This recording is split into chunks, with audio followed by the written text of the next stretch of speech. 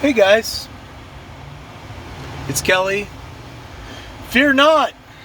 We are in day 31. Day 31. Amazing, huh? Day 31. So today we're going to be talking about Acts chapter 18, verse 9.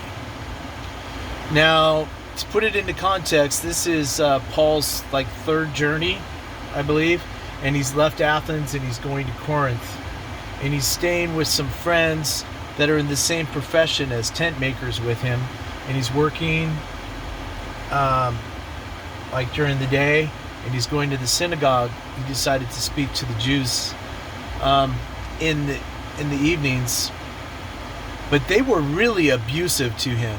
They were really saying some horrible things to him. It got to the point where finally he dusted off his clothes and said, "I'm going next door to the Gentiles." Turns out the leader of the synagogue and his whole family and friends all believed, and he had support there, but he wasn't feeling like he was getting the support. So in modern day, that means he wasn't feeling like he was getting many followers or many likes, for God's sake. And he was doing the work and he was being abused. Very few of us are abused nowadays for what we believe. And he went to the Jews first there in that town in Corinth, and then he decided to go to the Gentiles. And then one night, the Lord had a vision for him. So I'm going to show you some. Yeah, here it is. I wrote it down. Acts 18 verse 9. One night, the Lord spoke to Paul in a vision. Do not be afraid. We know that theme, don't we, friends? His order was to keep on speaking. Do not be silent. And then in verse 10 he says, "For I am with you, and no one is going to attack or harm you, because I have many people in this city." And you should know that if you're saying something every day and you're wondering, maybe you're doubting, maybe you're not getting the likes or the support, or maybe you're just not so sure, should you keep on going with what you're doing?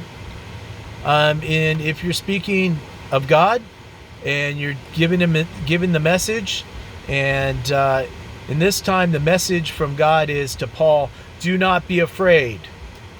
That there's people that he needs to reach in the city, and there's people that are supporting him in the city. Sometimes you can feel the lack of support from just a few people, and you're not paying attention to what God wants you to pay attention to, and that is there are many people that support. So, one more time, let's read it. Do not be afraid. Keep on speaking. Do not be silent. For I am with you, and no one is going to attack or harm you. Because I have many people in this city that need to hear what you have to say, Paul. I think we can apply that to us. I think we could apply that to ourselves and think that we should fear not. Should not be afraid. That there are people that need to hear things, that think message needs to be shared, and that there's people that are liking it without officially pressing the like button. So even in Paul's day, he was beginning to doubt. If Paul can doubt and wonder what he was doing, we can too. But we should know that we have God's support. He says, do not be afraid, keep on speaking. All right, so that's day 32. We'll see you on day 33. Take care. Fear not.